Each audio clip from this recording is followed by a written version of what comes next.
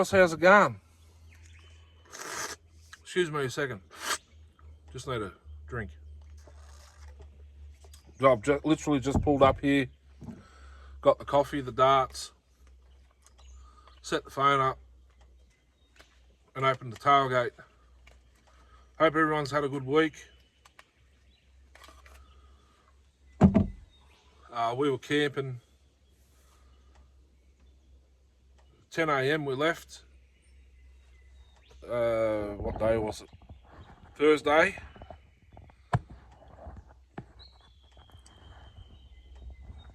And we packed up and left. Started packing the camper and everything up 4 o'clock Saturday afternoon because the clouds were coming. It was supposed to rain there yesterday. I don't know if it did or not. It didn't. Well, it sort of did a little bit yesterday at home. So, because our the tent's canvas, there's a little bit of mould on it from the last time we were camping, which was Easter. Yeah, Easter long weekend. We actually packed everything up and it was dry, but it was absolutely bucketing down when we were driving home, and it's got in there somehow in the cover. So rather than let it go mouldy again, we packed up and left early. The fishing was very slow. 10 carp over the 2 nights, and may as well say 2.5 days. Not much bait around, liveys. We had worms. Majority of the fish were caught on worms. I got a couple on corn, sweet corn out of the can, and maybe 2 with shrimp, which is freshwater prawn, guys. Yes, those shrimp we could put on a barbecue, but when you Americans hear it, they're referring to prawns. So prawns are like a decent size out of the ocean, or shrimp is what they put in fried rice, etc. There's just a baby prawn. But freshwater shrimp, which is a freshwater prawn, yes, you can eat those. I did eat them New Year's. Sorry about that. My phone just wanted to join my hotspot on my other phone. New Year's long weekend, I think it was. I tried them. Yes, I did, because the yabbies weren't big enough. And all the shrimp were huge.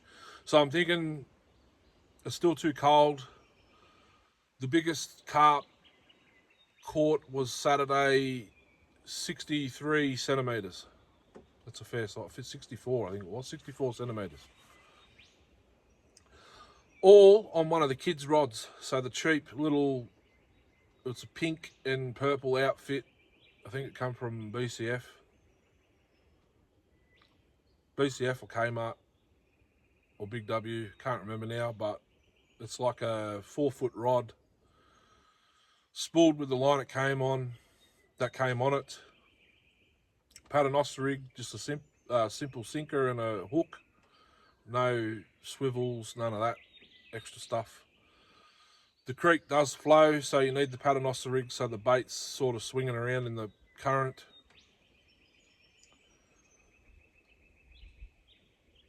So that's it. Plenty of baby yabbies around. Good bait size. Even, I think the smallest one, there was about 4 or 5 or 6 real tiny ones. In the nets for the live bait, a bar of soap in one,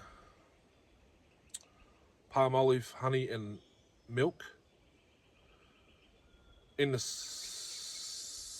second one, a cooked beef patty.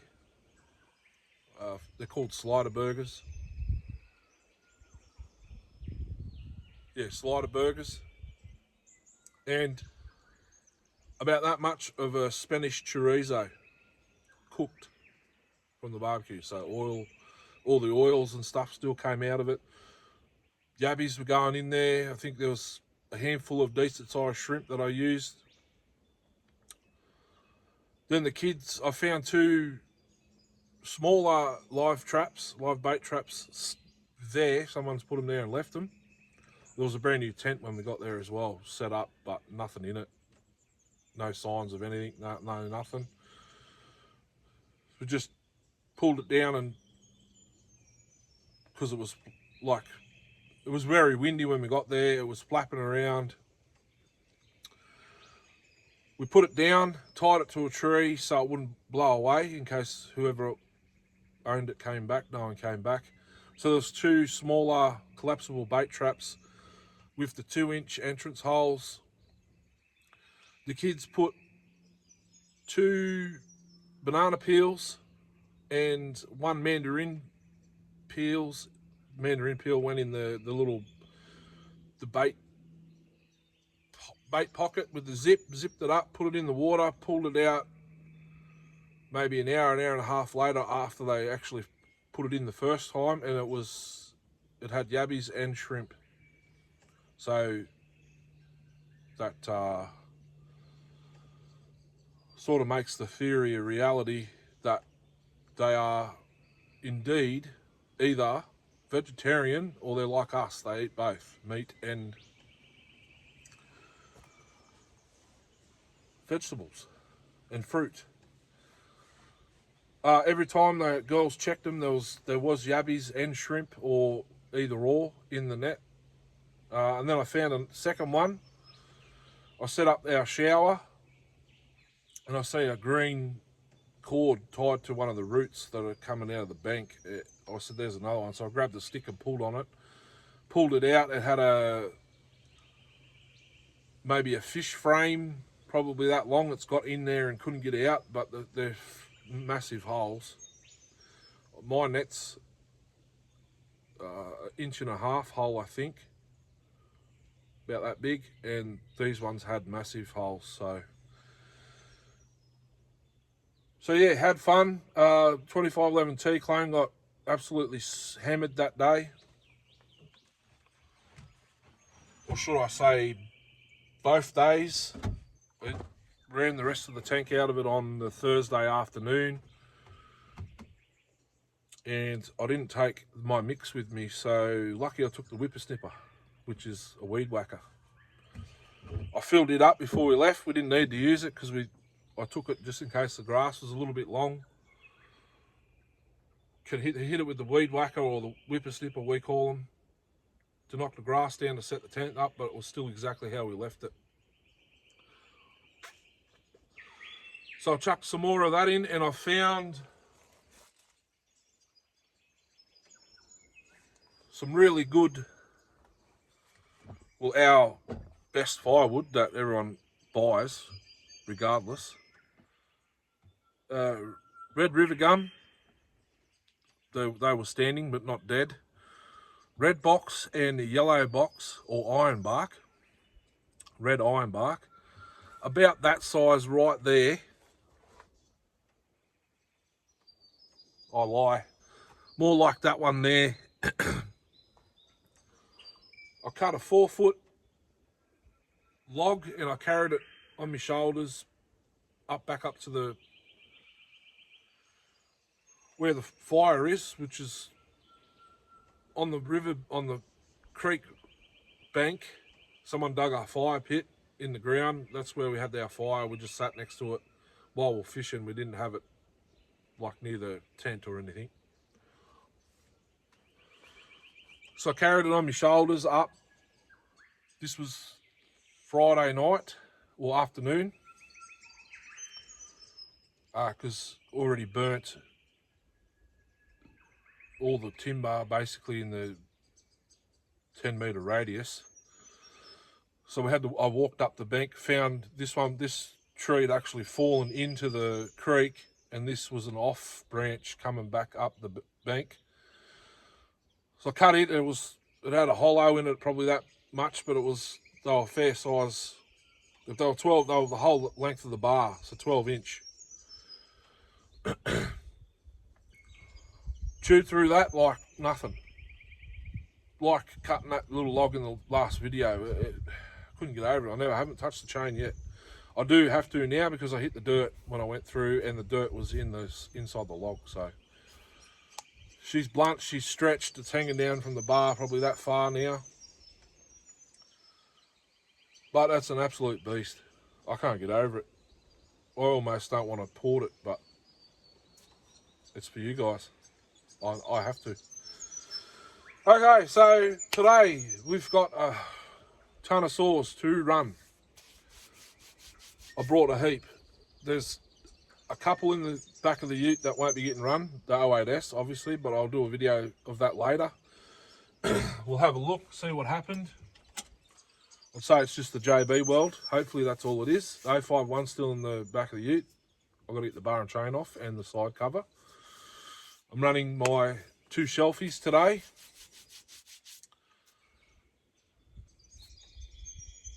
.52mm 365. She's in here. Muffler's back on it. 576 with the pipe that was originally on it that I made for it. Probably do that first. Get that out of the way because I need the bar and chain for this 52mm 365. The 08 off the shelf because I wanted to run it stock before I ported one. I've got 2. I've got a feeling it's a 56cc one though. So that'll defeat the purpose of today. If it is, as soon as I stick it in the log, I should get a fair idea of what the CC is. G466, 460 clone with a 20-inch semi-chisel chain. Here's a nice little treat for you. This saw, I've used it once. It's been on the shelf since I got it. It's still in as received condition. She's dirty still. She's a little 44 white top. 16-inch 325. No bucking spike, unfortunately. Could do that first. The Lombard AL42, I think it is. AL or AH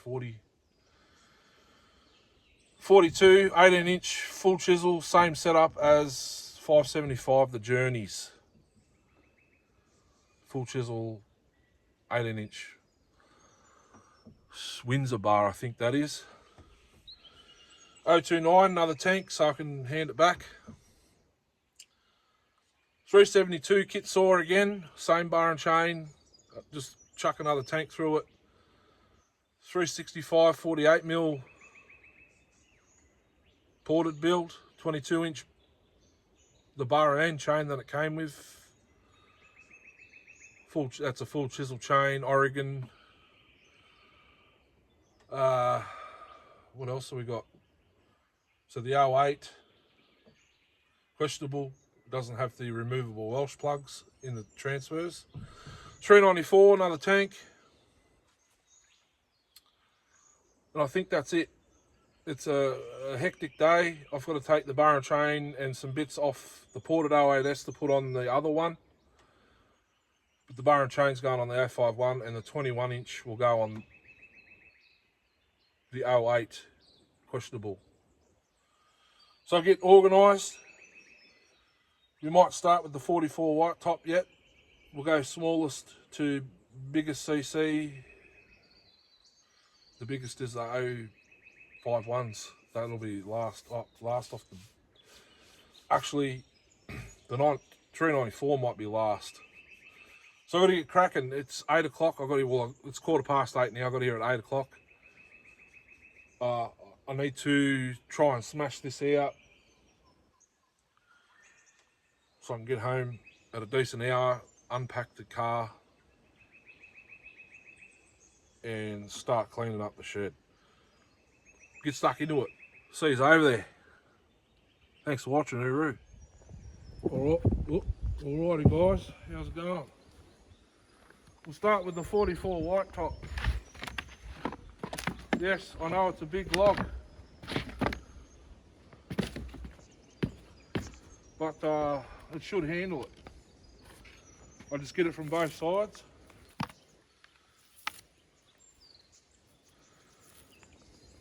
Okay, so the story. How did I get it? You know what, I've got to go down because you guys are looking down at me.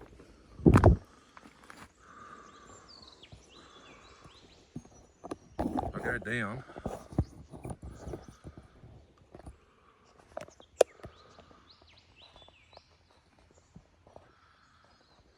Go to about there.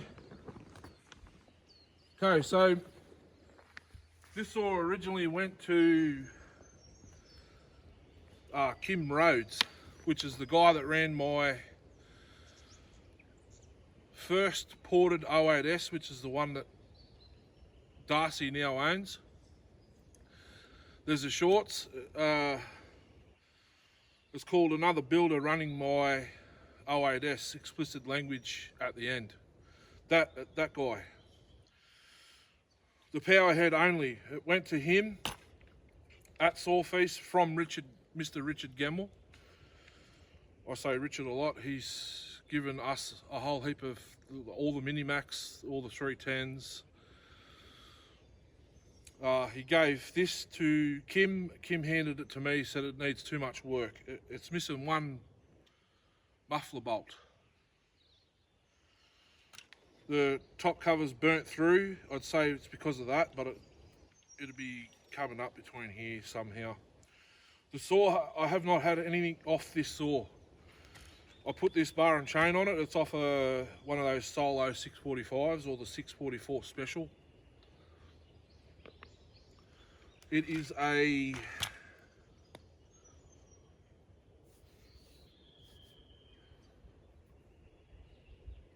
not sure, it says PJ 0.325, 16 inch. So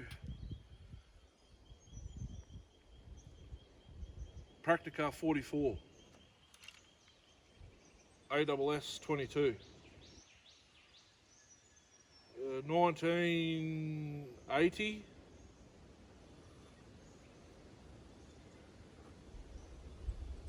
Would that be?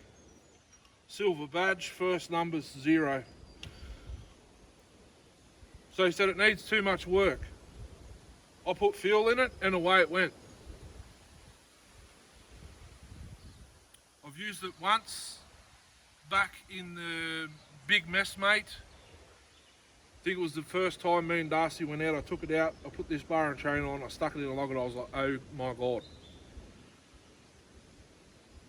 So I've left the bar and chain on it.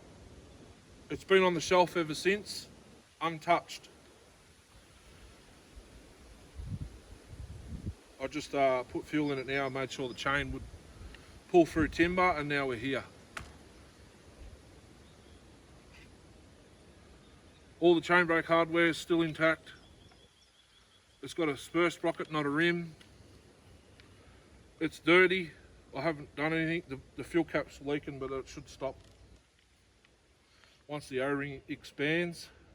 I didn't put a full tank in it. I only plan on doing one cut. So let's see if she makes the cut. How good we got?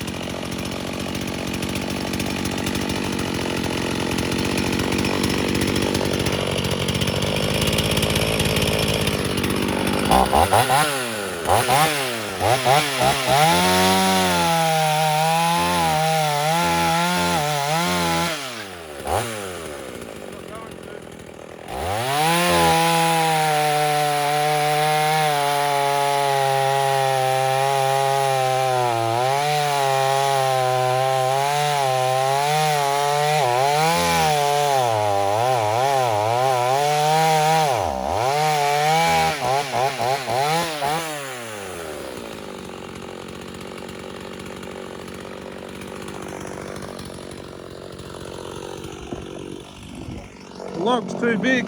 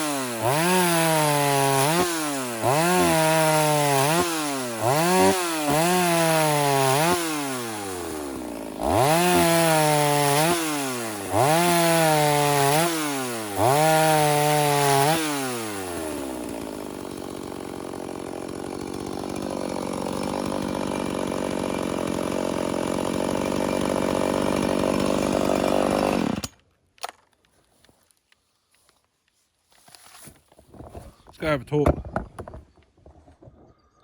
How's it going? Alrighty, so that chain's useless.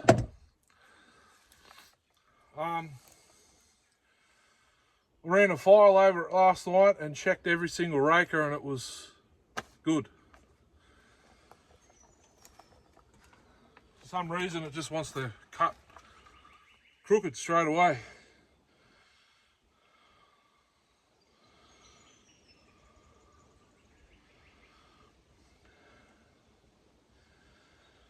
It's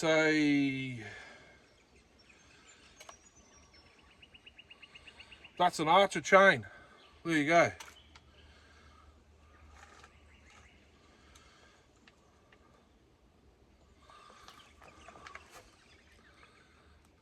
Chain wriggles a fair bit in the, she's leaking again, all over me. It's a beast of a saw. I'll have to get a rail closer. That's one thing I've got to get, I know that much. So First time on film, and it wasn't very nice. It's a beast of a saw though. Anyhow, let me know what you think in the comments. I can't really, I could hear the saw, but I didn't touch the hides yet. I had to richen it up on the low because of the elevation. I'm actually way higher than at home, but I haven't touched it since Mount Disappointment. So